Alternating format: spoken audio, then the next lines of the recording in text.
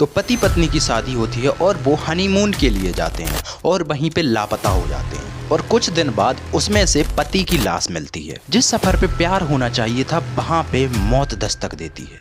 तो दोस्तों हम बात कर रहे हैं आज इंदौर के एक कपल सोनम और राजा के बारे में, जो मेघालय के एक गांव चेरी पूंजी में हनीमून के लिए जाते और गायब हो जाते हैं और 10 दिन बाद राजा की लाश मिलती है जो लगभग 100 मीटर ऊपर से नीचे गिराई गई होती है। तो 11 मई को इनकी शादी होती है और दोनों की फैमिलीज बहुत ज़्यादा खुश होती हैं, जिसकी वीडियोस आप सोशल मीडिया पर भी देख सकते हैं। और सोनम की फैमिली भी इस शादी से बहुत ज़्यादा खुश होती हैं और शादी के बाद 20 मई को हनीमून के लिए मेघालय के एक गाँव चेरापूंजी के लिए निकल जाते हैं। वो 2 दिन वहाँ पर ठहरते हैं और तीसरे दिन वो ट्रैक पर निकलते हैं। ट्रैक पर जाने से पहले सोनम की बात राजा की माँ से भी होती है। हाँ, मैं राजा का फोन चल नहीं हुआ अभी नहीं हुआ, बस हम चढ़ाई कर रहे हैं। हम ऊपर चढ़ गए फिर फोन लगाते हैं।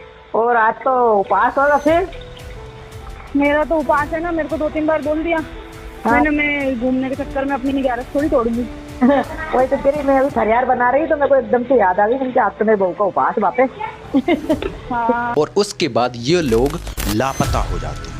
तो मेघालय पुलिस पे राजा और सोनम की फैमिली प्रेशर डालती है और पुलिस उनको ढूंढने में जी जान लगा देती है। और 2 जून को राजा की लाश मिलती है जो कि बहुत बुरी हालत में होती है। उसके पास में एक वेपन भी मिलता है जिससे कि राजा की हत्या हुई है। उससे पुलिस को समझ में आ जाता है कि ये एक मर्डर है, ना कि कोई एक्सीडेंट। क्योंकि जब सीसीटीवी चेक किया जाता है तो उसमें दिखता है कि सोनम ने एक जैकेट पहन रखी है जो कि जैकेट राजा की लाश के पास से मिली है, जिससे पुलिस को ये शक होता है कि शायद सोनम की भी हत्या हो गई है। लेकिन बहुत ढूंढने के बाद उसकी बॉडी नहीं मिलती और सोनम की फैमिली और पुलिस हैरान हो जाते हैं कि कहीं सोनम को किडनैप तो नहीं कर लिया गया। और फिर 9 जून को यूपी के गाजीपुरा में एक ढाबे के पास आकर के सोनम खुद को सरेंडर कर देती है। पहले तो वो बहाने मारती है कि ये मैंने नहीं किसी और ने किया है, और फिर वो ये मान लेती है कि ये उसी का प्लान था। और इसमें उसका साथ देता है उसका बॉयफ्रेंड राज कुशवाहा और उसके साथ उसके 3 दोस्त, जो कि उन दोनों के साथ उस दिन ट्रैक पर भी गए थे। तो अगर तुम्हें शादी नहीं करनी है और तुम किसी और के साथ रिलेशनशिप में हो तो तुम किसी और के साथ शादी करके उसकी ज़िंदगी बर्बाद क्यों करती हो।